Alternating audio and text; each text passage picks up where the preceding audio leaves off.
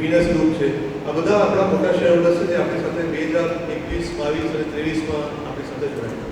In fact પાર્શ્વનાથમાંથી effect એવું ભાવિકભાઈ જે આપણા પાર્શ્વનાથમાંથી who has invested about $1 million then એ પહેલાં ઇન્વેસ્ટર હતા આપણા જેમણે $1 million આપણા વેન્ચરમાં ઇન્વેસ્ટમેન્ટ કર્યું. અમે એમને પૂછ્યું જે વખતે કે ભાવિકભાઈ એક્ઝિટ પ્લાન શું છે, તો એમણે કીધું કે કહું છું તમને 6-8-12 મહિના રહીને સમજીને તમે લોકો પહેલાં ઓળખી લો વ્યવસ્થિત પછી કહીશ. અમે લોકો પાછા 12 મહિના રહીને રહ્યા કે ભાવિકભાઈ એક્ઝિટ પ્લાન તમારું શું છે, એટલે અમે ફ્યુચરમાં જ્યારે બી જોઈએ તમારા પહેલા ઇન્વેસ્ટર તરીકે વી ઓ યુ કે તમને અગર તમારા વિશ્વાસ મૂકીને તમારો first investment is always special right. અગર કોઈ તમારા પર વિશ્વાસ મૂકીને પૈસા રોક્યા હોય તો તમારું એટલું બને કે તમે એમને એક્ઝિટ અપાવી દો. તો the word that he said that stood with us અને હી સેડ કે તમે 3 જણા જે દિવસે એક્ઝિટ લેશો ને તમે એ દિવસે એક્ઝિટ લેશો એના પહેલાં નહીં લઈએ right. That's a kind of and even and he stood by that word.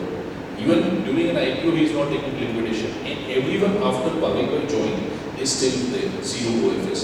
This can only happen when the DNA, the pedigree of founders is trusted by the investors, right? Otherwise, આ તો liquidity event છે. કોઈને બી અહીંયાથી પૈસા કમાવા જ હોય જ્યારે પબ્લિક જતી હોય company from an investor's perspective. But that's not happening to us. They kind of trust on the vision that we have. And અગર તમે આખી જર્ની જોશો ને તો then you would see આ જે અમદાવાદથી અહીંયા લાસ્ટ જે ચાલુ થયું એના અંદર we have got lot of awards as well. Last year Economic Times તરફથી in the category we have got the best space in the category award by Economic Times last year.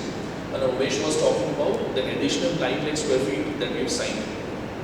એના અંદરથી Gopala there is a building that is coming up, right?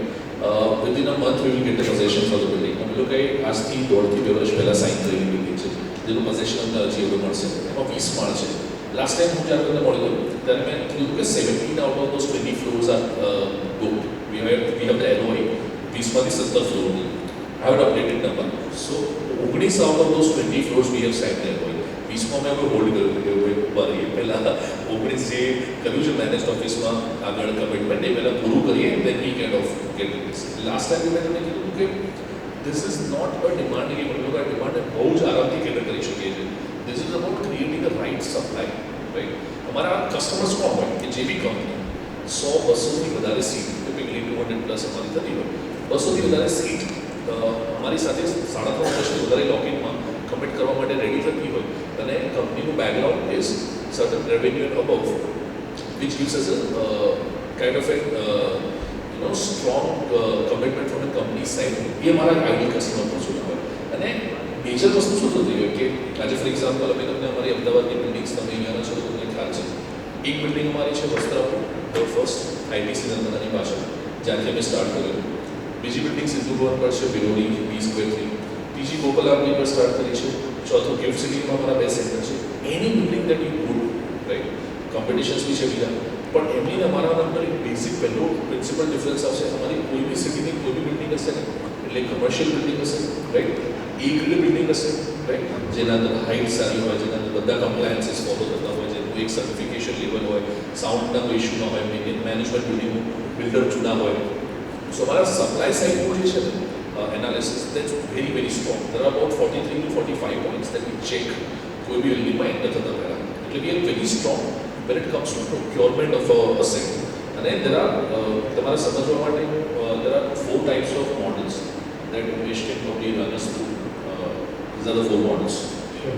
So largely આપણે જે offices lease ઉપર લઈએ એ બધી grade A offices છે અને એની અંદર there are 4 asset onboarding strategies. First જે છે આપણું સ્ટ્રીટ લીઝ મોડલ છે જેમાં આપણા 72% અસેટ્સ આપણે એ જ મોડલમાં લઈએ છીએ. which means એમાં ડેવલપર પાસે આપણે જગ્યા લીઝ ઉપર લઈએ પછી આગળ આપણું રેવન્યુ સારું થાય ખરાબ થાય પ્રોફિટ થાય ના થાય એ ડેવલપરો લોકો આપણે એમને દર મહિને રેન્ટલ લીઝ અમાઉન્ટ જે નક્કી થઈ હોય that we to pay that is street lease. આની ઉપરનું આપણે વેલ્યુ એડિશન શું કરીએ કે આપણે ફર્નિચર બનાવીએ એમાં સર્વિસીસ એડ કરીએ જે આપણી સ્કિલ સેટ્સ હોસ્પિટાલિટી પછી કમ્યુનિટી એન્ગેજમેન્ટ એક્ટિવિટીઝ એડ કરીએ અને પછી ક્લાયન્ટને સર્વ કરીએ. આપણે જે જગ્યા લઈએ એ આપણે 3 વર્ષના લોકિંગ સાથે અને 9 વર્ષના અગ્રીમેન્ટ કરીએ.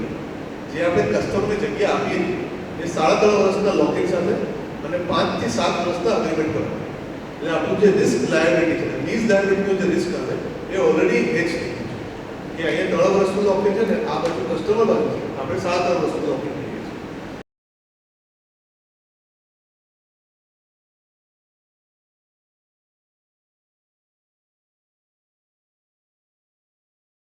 તમારી ઉઘરાણી પહેલાં 1 મહિનો હતી અને હવે ઉઘરાણી તમારી પહેલાં 1 મહિનો હતી અને હવે 3 મહિના થઈ ગઈ છે. અને બીજું કે તમે જે માર્કઅપ કેટલું કરો તમે? હા, એ સમજાય. જે 100 રૂપિયા લીઝ પર આપ્યા તમે તો કેટલા એડ થાય તમારે? રેવન્યુ સાઈડ 100 રૂપિયા આપે. સપોઝ તમે કોઈને 100 રૂપિયા લીઝ આપ્યા લીઝ એમાં તમે કેટલું એડ કરો?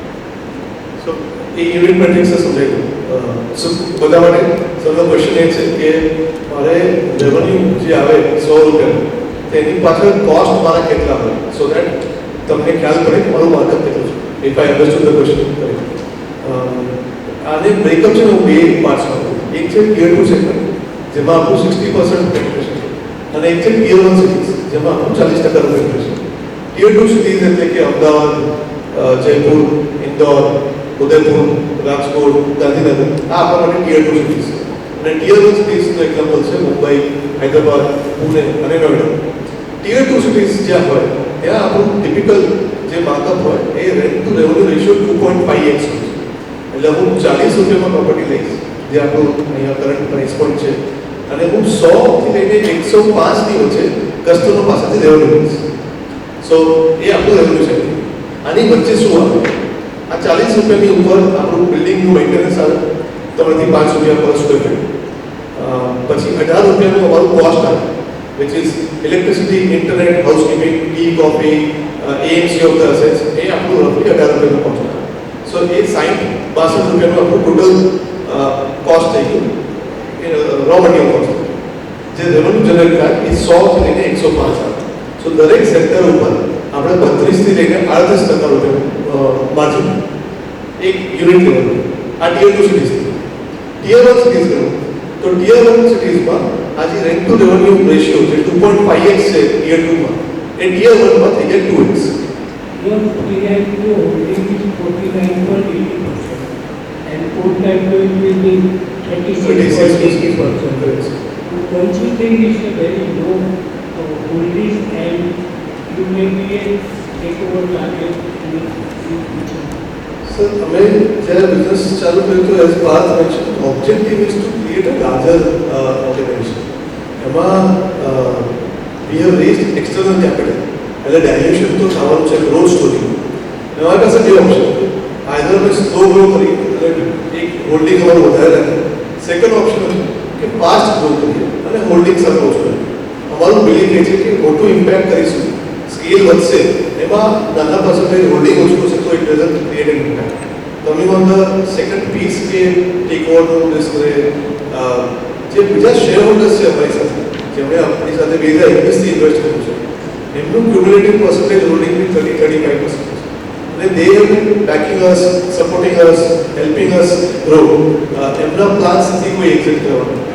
તો એક ક્યુમ્યુલેટિવ હોલ્ડિંગ એટલું સ્ટ્રોંગ છે કે એમાં ટેક ઓવરના પોસિબિલિટીઝ બહુ લિમિટેડ.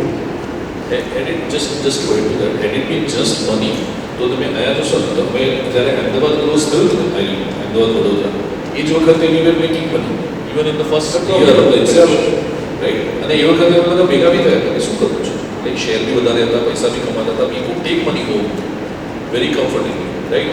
પણ પછી તમે જોશો ને then Hyderabad, then Rajkot, then Indore, then different cities, this shows the kind of a trajectory that we have defined for ourselves.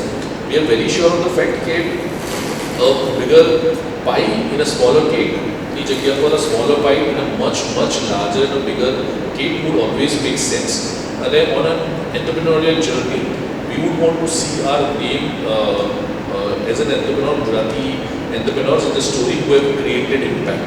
So end of the day, percentage I think તમારા શું છે એનાથી ઇમ્પેક્ટ નથી થતું. તમારી બ્રાન્ડ વિવેક્સ એઝ અ બ્રાન્ડ તમે on a ground કેટલું ઇમ્પેક્ટ ક્રિએટ કરી શક્યા છો is what people remember and is what I think you would want to be remembered as.